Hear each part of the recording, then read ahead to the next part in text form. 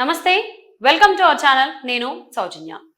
Tadepalli palace లోకి wrong route లో entry ఇచ్చినటువంటి కంటైనర్ ఏదైతే ఉందో ఆ కంటైనర్ లో డబ్బులు తీసుకువెళ్లారు. ఆ డబ్బులు ఆర్టీసీకి ఇవ్వడంతో ఆర్టీసీ ఆ ₹1,00,00,000 డబ్బుని జమ చేసుకున్నారన్నట్టుగా వార్తలు వస్తున్నాయి.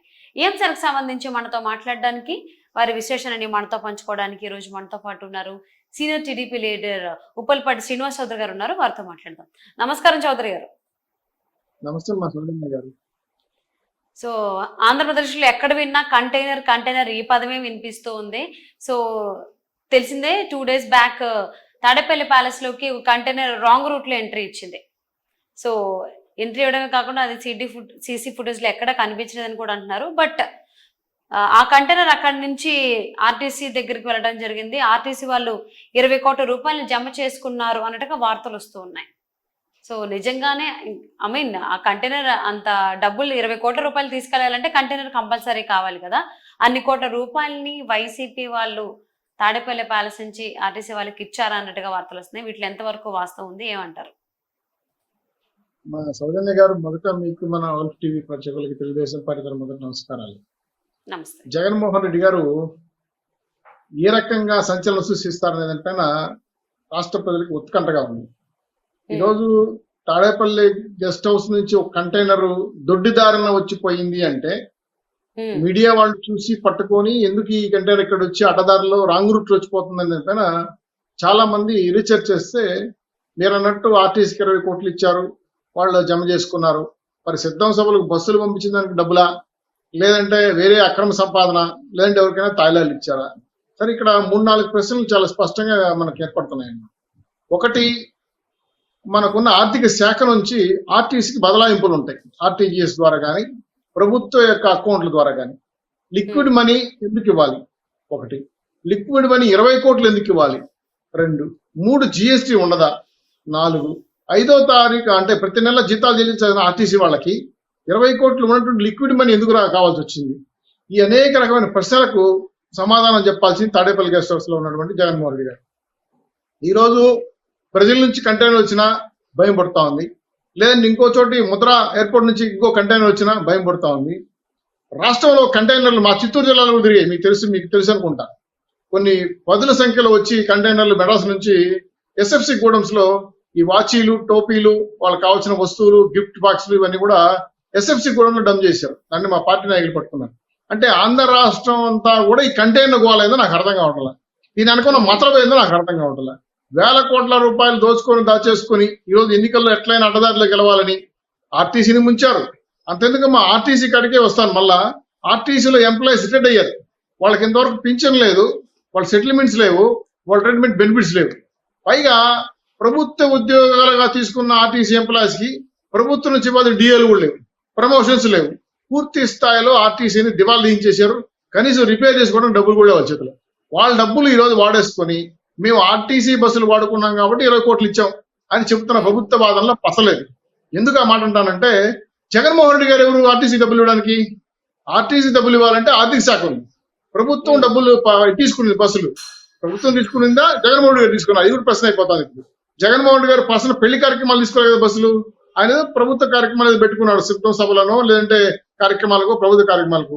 దానికి తరలించిన బస్సులకి ఆర్థిక శాఖ నుంచి సెటిల్మెంట్ చేయాలి. 2 అకౌంట్ ఫర్ చేయాలి. ఒకవేళ జగన్మోహన్ రెడ్డి గారు పార్టీ డబ్బులు ఇవ్వాలనుకోండి, ఆ పార్టీ అకౌంట్స్ నుండి ట్రాన్స్ఫర్ చేయాలి, చెక్ ద్వారాను ఆర్టీజీఎస్ ద్వారాను. క్యాష్ ఇవ్వడం నాకు అర్థం కాలేదు. అంటే ఎన్ని వేల కోట్ల రూపాయలు తాడేపల్లి గెస్ట్ హౌస్ లో దాగున్నాయి. ఇది 20 కోట్లేనా?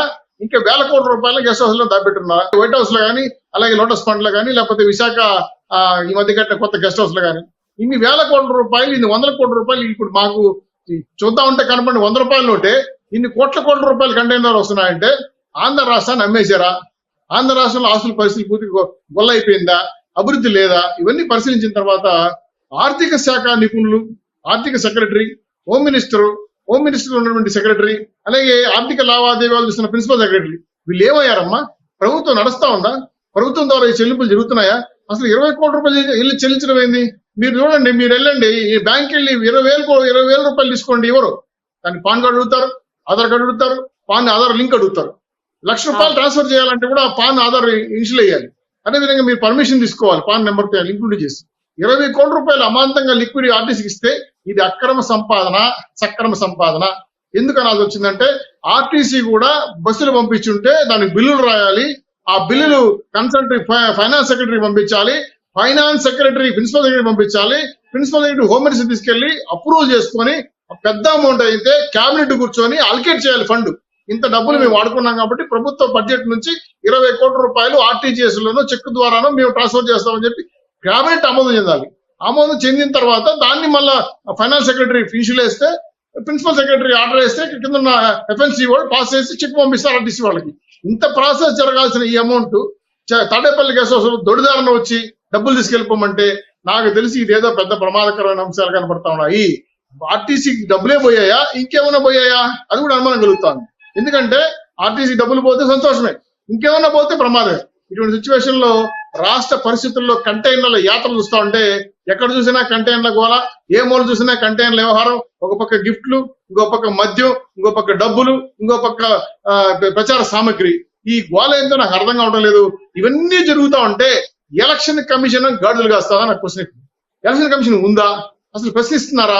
ఈ విధంగా దుర్మార్గంగా అక్రమంగా డబ్బులు తరలిస్తా ఉంటే, ప్రచార సామగ్రి తరలిస్తా ఉంటే, తెలుగుదేశం పార్టీ వాళ్ళు లేదా మీలాంటి నిజాయితీ కలిగిన మీడియా వాళ్ళు పట్టుకుంటా ఉంటే ఆ ఎలక్షన్ కమిషన్ ఏం చేస్తా ఉంది? గుడ్డు గుర్రానికి ఏమైనా పనులు అవుతా ఉందా? నా ప్రశ్న అది. పోలీసులు ఏం చేస్తున్నారు? అంతర్జాతీయ చెక్ పోస్ట్ లో చెక్ చేయటం లేదా? ఇంత అక్రమంగా అధికార పార్టీ వాళ్ళు దుర్మార్గంగా ఎలక్షన్ కోడ్ను ఉల్లంఘించి రాష్ట్రాన్ని విధ్వంసం చేస్తా ఉంటే ప్రభుత్వం అదేవిధంగా మన లా అండ్ ఆర్డర్, అదేవిధంగా చూడాల్సిన నిఘా వర్గాలని కూడా కళ్ళు గంతలు కట్టుకుని కూర్చోన్నాయా? ఇవన్నీ చూస్తా ఉంటే భయభ్రాంతులకు గురవుతున్న రాష్ట్ర ప్రజలు.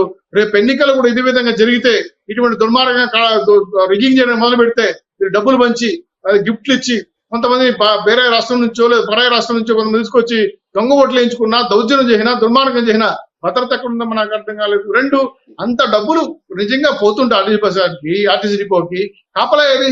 పోలీసులు ఏరి? పోలీసు బందోబస్తు ఏది? అదేవిధంగా గన్ పార్టీ ఎక్కడ ఉంది? ఏమీ లేకుండా అనామతికి రికార్డులు పంపించేస్తున్నారంటే నాకు తెలిసి దీంట్లో ఏదో పెద్ద ఎత్తున గూడుపుటానే ఉందని నాకు అనుమానం కలుగుతా ఉంది. ఇది ఆర్టీసీ డబ్బులు కాదు, ఏదో లిక్విడ్ మనీ ట్రాన్స్ఫర్ చేస్తున్నారు, తద్వారా ఎలక్షన్ పంపించమని చెప్పి. ఆర్టీసీకి ఇంతవరకు విజయసాయి రెడ్డి గారు చైర్మన్ గా ఉండేవాడు. ఆయన రెడ్ శాండల్ ఒకప్పుడు పెద్ద ఎత్తున పీడీ యాక్టర్ లో తరలించాడని పీడీ యాక్టర్ ఉన్న వ్యక్తి రెడ్ శాండల్ కేసుల్లో ఉన్నాడు. ఆయనకి ఆర్టీసీ చైర్మన్ ఇచ్చారు. ఆయన ఇప్పుడు ఆర్టీసీ బస్సుల ద్వారా 20 కోట్లు తరలిస్తే ఏ కాన్స్టిట్యూన్సీ నుంచి ఆర్టీసీ బస్సులు డబ్బులు పంపిస్తున్నారు? ఎందుకంటే ఆర్టీసీ బస్సుల్లో డబ్బులు వెళ్ళిపోతే కాన్స్టిట్యూన్సీ పట్టుకోలేరు కదా. 20 కోట్లు నిజంగా సిద్ధం డబ్బులు వాడుకున్న డబ్బులా, లేదంటే ప్రతి కాన్స్టిట్యూన్సీకి 10 కోట్లు 20 కోట్లు పంపించడానికి ఆర్టీసీ దారి ఏమైనా ఏర్పాటు చేస్తా ఉందా? నేను బస్సులో పోయినా ఇంకోటి పోయినా ఈ మధ్య పట్టుకుంటున్నారు కాబట్టి ఆర్టీసీ బస్సులు అయితే సేఫ్. ఇక్కడ నుంచి అన్ని జిల్లాలకి, అన్ని మండలాలకి, అన్ని కాన్స్టిట్యూన్సీకి డబ్బులు పంపకం చేయొచ్చని ఏమైనా కుట్ర చేస్తా ఉంది, ఏమైనా మాకు అనుమానం కలుగుతా ఉంది. దీని మీద ఖచ్చితంగా ఎలక్షన్ కమిషన్ చర్య తీసుకోవాలి. ఎలక్షన్ కమిషన్ సిట్ అయ్యాలి, ఎన్క్వైరీ చేసి ఈ డబ్బులు ఆర్టీసీకి పోయాయా, ఆర్టీసీకి వెళ్ళి డిజిటీ అండ్ డైరెక్ట్ ట్రాన్స్పోర్టింగ్ కార్పొరేషన్ ద్వారా కొన్ని వస్తువులను వాళ్ళు డోర్ డెలివరీ చేస్తారు. ఆ విధంగా ఆర్టీసీ వాళ్ళు ఏఎన్ఎల్ సర్వీస్ పార్సల్ ద్వారా కాన్స్టిట్యూన్సీకి డబ్బు బండలు తరలించడం కోసం ఆర్టీసీ ఒప్పందం చేసుకొని విజయసాయి రెడ్డి లాంటి ఒక రెడ్ శాండిల్ వ్యక్తితో సంబంధాలు పెట్టుకున్న ఈ ఆర్టీసీ చైర్మన్ గా ఈ వ్యక్తిని, ఇది ఖచ్చితంగా దీని వెనకాల దారి ఉంది, దీని వెనకాల కుట్ర ఉందని మాకు భావిస్తున్నాం. ఆర్టీసీ ద్వారా ప్రతి నియోజకవర్గాన్ని డబ్బులు తరలించాలని ఒక ట్రయల్ బేస్ మీద చేసిన కార్యక్రమంగా మేము భావిస్తున్నాం. ఖచ్చితంగా జగన్మోహన్ రెడ్డి గారు చేసిన ప్రయత్నాలపైన ఈసీ కొడాలు దులిపించాలి, ఈసీ ఎన్క్వైరీ చేయాలి, నిఘా వ్యవస్థలు కనిపెట్టాలి. దీనిపైన తీసుకొచ్చి మీడియా ముందు, మీలాంటి నిజాయితీ మీడియా ముందు సాక్షాత్సారం నిలబెట్టాలి. ఈ డబ్బులు నిజంగా తాడేపల్లి గెస్ట్ హౌస్ లో ఇన్ని కోట్ల రూపాయలు ఎందుకున్నాయి? ఏ నియోజకవర్గం, ఏ ముఖ్యమంత్రి అయినా సరే ఇంట్లో ఇంత డబ్బు పెట్టుకోరు. 20 కోట్లు పెట్టుకోవడం అనేది నిజంగా చెప్పాలంటే చట్ట వ్యతిరేక చర్య. లిక్విడ్ మనీ ఎవరు ఎంత పెద్ద కంపెనీలు కూడా పెట్టుకోవాలి, ఎందుకంటే అకౌంట్ ఫార్ చేస్తాయి, అకౌంట్ లో ఉంటాయి.